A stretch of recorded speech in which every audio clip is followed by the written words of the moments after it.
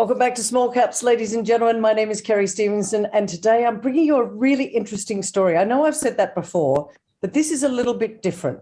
This is a company by the name of Veratin, and it is not listed on the ASX. It's listed on the NSX under the code VTN, Veratin, NSX code VTN. Now, what these guys are doing is they're unlocking the value of low-grade wool, which is fascinating because here in Australia, of course, our wool industry has been very important. And I was just speaking to Dr. Boulos before, and I never knew half the things that happened in the wool industry. We're going to unlock some of that today. But as well, here's a fact that I didn't know either.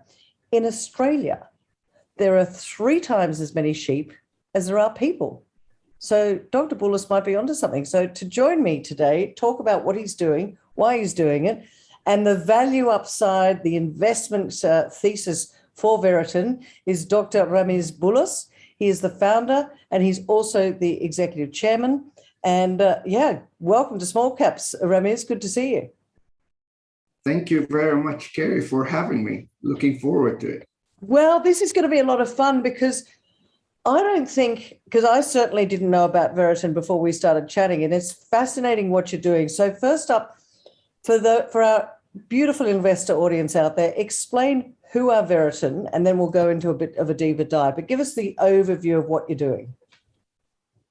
So Veratin is a very unique company. It's an innovative company that really looks at developing high-value, sustainable products from low-grade wool.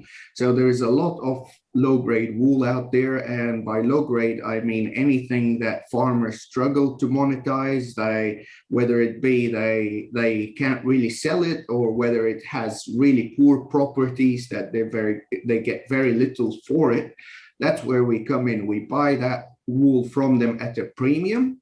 And we turn it into sustainable high-value products. So everyone wins along the supply chain. And of course, along the way, we're also reducing the waste stream. So there are benefits for the environment as well.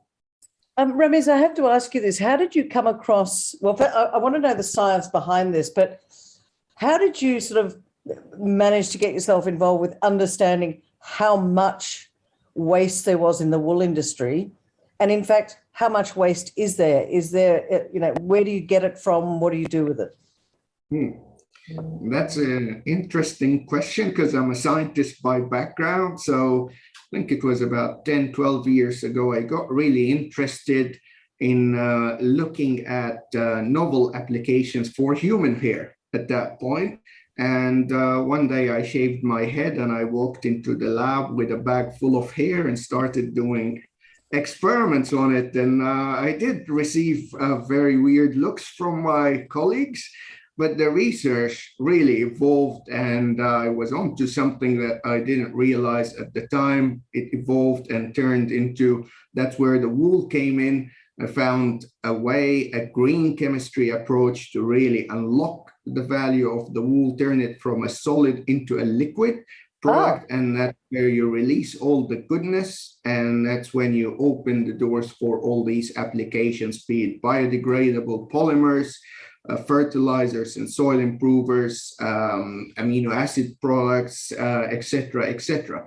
So that was really a key turning point there. And once we delved into the industry, we started looking at where to source wool. I think it, in a way, the answers came to us.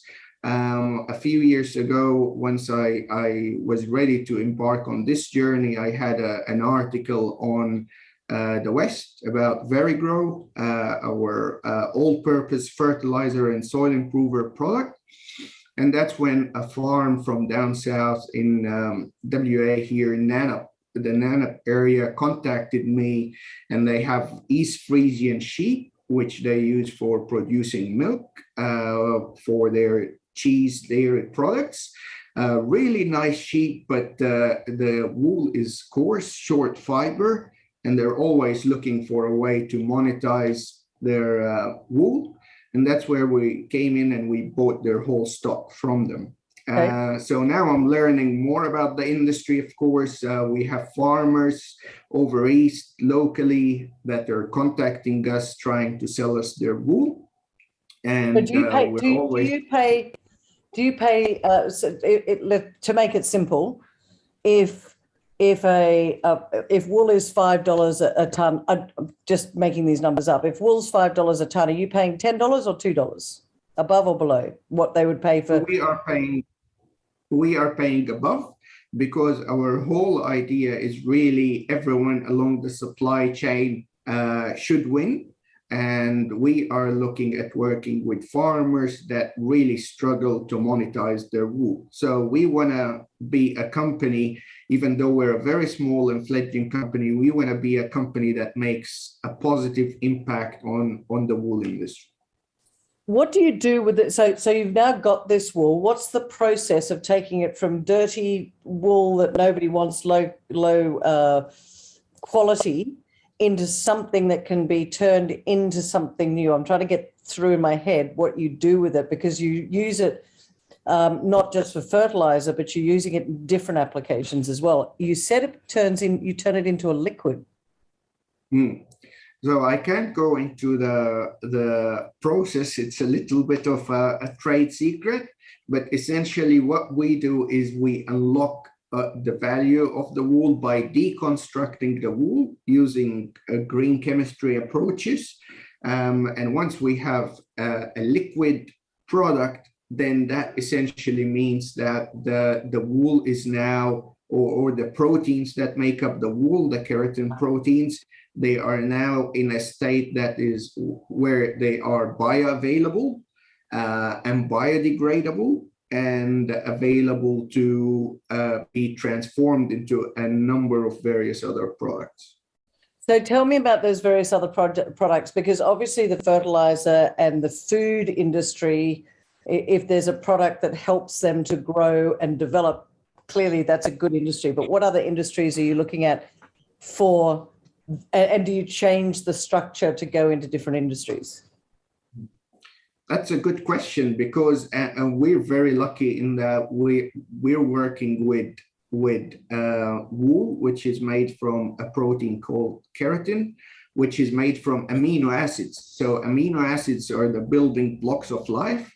They play a fundamental role in many things. For example, in regards to our product Verigrow, they play a fundamental role in building up the organic content of the soil. They're great for the plants and the microorganisms. So they have a very important role there to play. But amino acids as well, they are really what makes meat nutritious. For example, is the amino acids present in a commodity like meat. So what we have developed is a way to really take the wool, turn it into a liquid product, and then by doing that, we're able to extract all the goodness from the keratin and turn it into a clean powder form that could then be used in nutritional, as a nutritional additive, could be used as a food supplement, could be used in also the chemical, pharmaceutical industry. So it opens a whole raft of possibilities there. Okay, so let's go through the investment thesis, if you wouldn't mind. I'm getting to understand that the amino acid is key. The keratin is pretty important as well. You've got this secret sauce, if you like. It's like KFC's 16 herbs and spices, all secret. I'm assuming it's patented technology, or the way you're doing it. Have you got a patent around it? Yes, we have a patent pending for our Verigrow product. So that is, we have one granted patent in South Africa. We have a number of other patents in 9 others, to be exact, in various other industries, countries. And we are focusing on the biggest agriculture / wool producing markets here. Who are the biggest wool producing markets? Australia? Australia and New Zealand, and surprisingly, China is starting to top the charts. They're growing very quick. And there is others like South Africa as well, and the US, but by far it's Australia, New Zealand, and China. Okay, so we spoke right at the beginning that you are listed on the NSX, not the ASX. You raised $750, close to $800,000, so not a lot. What I want to know is what the investment thesis is. So for my audience out there that are all looking at opportunities, where do you see the growth of this company? What are your numbers like at the moment? Why did you raise such a small amount, and why did you go on the NSX?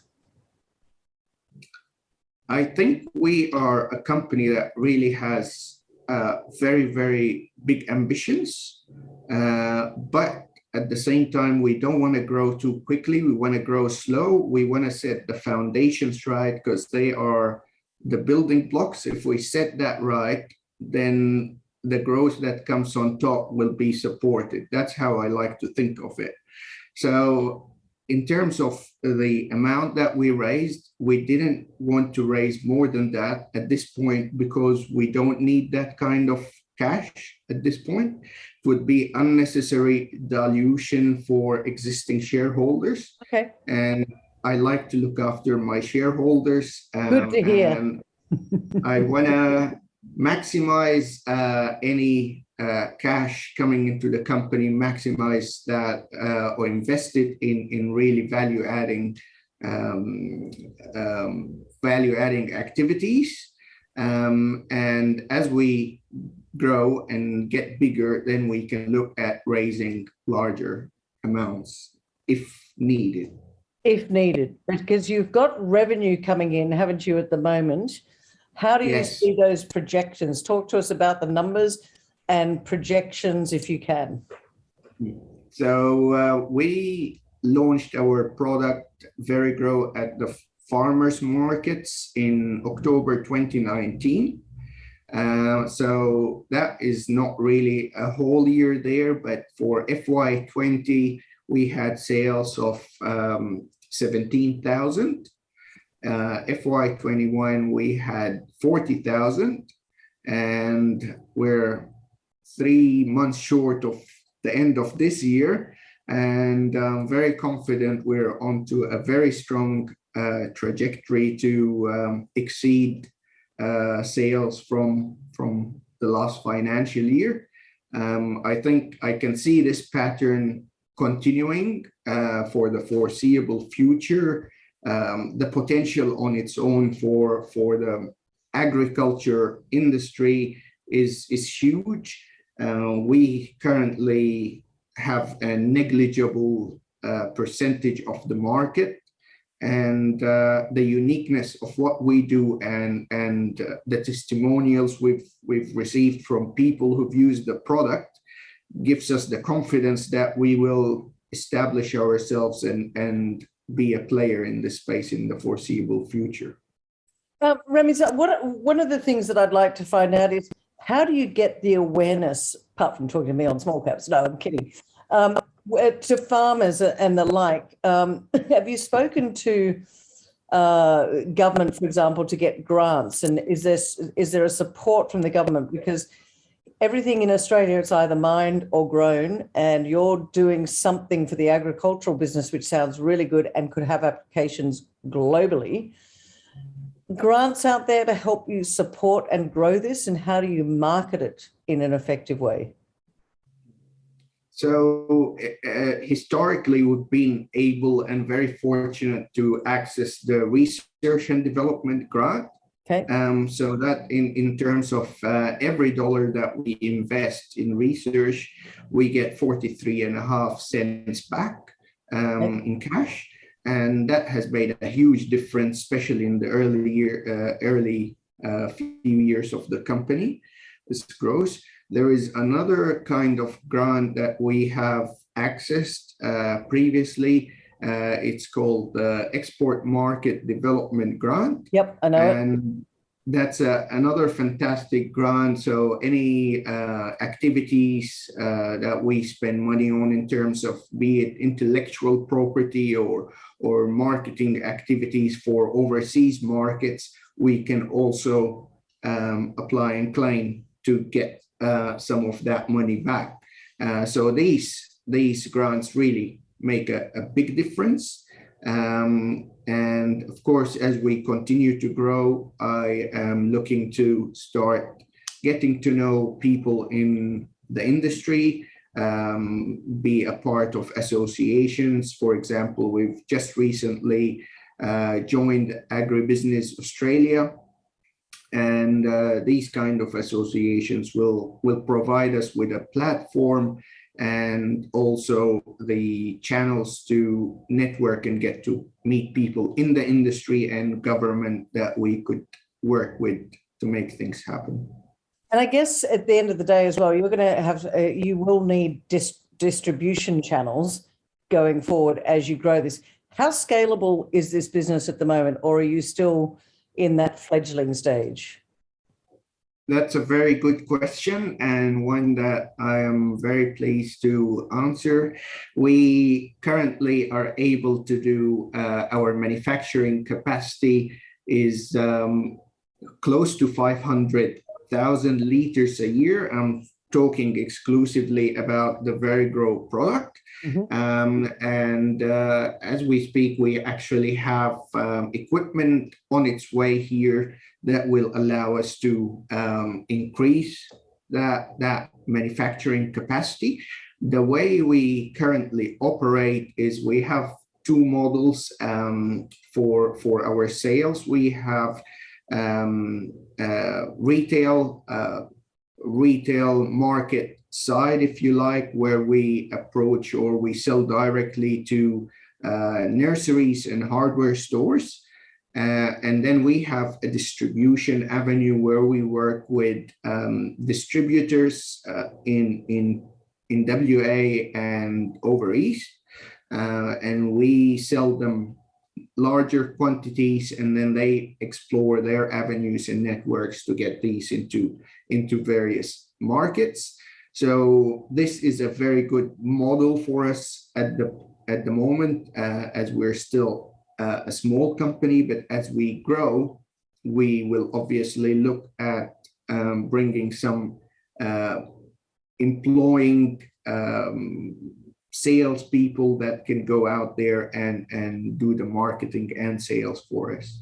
And look, we've only really touched on Verigrow, but I think Ramiz said at the start of the interview that there are other areas that they can go into. We don't have enough time today, but they include, you know, the cosmetics industry, the health food industry, the material sector. So it's an application, it's a product which helps across so many different industries. And as Ramiz said earlier, it's all about the amino acids and the ability for him. And I think it's a very good green story, if you like, because you're taking something which was once waste and landfill and turning it into a product which helps improve things. So kudos to you, big tick there, but we are running out of time.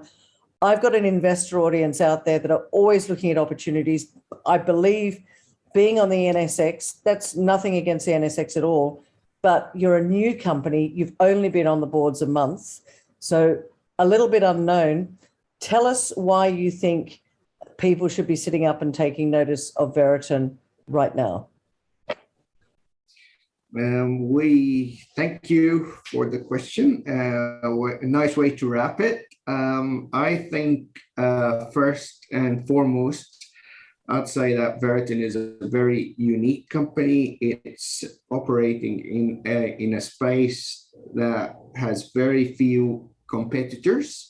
We are the leaders in this space of where we want to go with upcycling waste wool. We have a huge market that we're tapping into, various unrelated industries worth billions and billions of dollars. And the third reason is it's still very early days for the company. So looking at our revenue stream and sales, there is huge room to grow. And investors that will come on board now will see that growth and be a part of it as we move forward. Now, if people want to find out more, what's the website that they can go to and have a look at this in more detail? So to learn more about Veratin, you can go to our Veratin website, www.veratin.com.au. There is also a built-in page there for products. There is a Verigrow link, which will take you to our Verigrow page, and you can learn more about Verigrow there. Well, very good. I had to put that in, ladies and gentlemen. I couldn't help myself. Verigrow, very good. Listen, I think this is fascinating, Ramiz. Please come back and have a chat to us in a few months' time. I'd really, maybe actually at the end of the financial year, let us know some of those numbers as well. But for those of you out there that thought that waste wool only goes into landfill, well, clearly Dr. Boulos is changing that around and making sure that that's secret sauce, and he won't tell us what it is, but he's moving it from a waste to a product which helps our agricultural industry. He's only just getting started, so check them out. As I said before, on the NSX code is VTN. Ramiz, thank you so much for joining me on Small Caps today. Thank you very much, Kerry. That was awesome.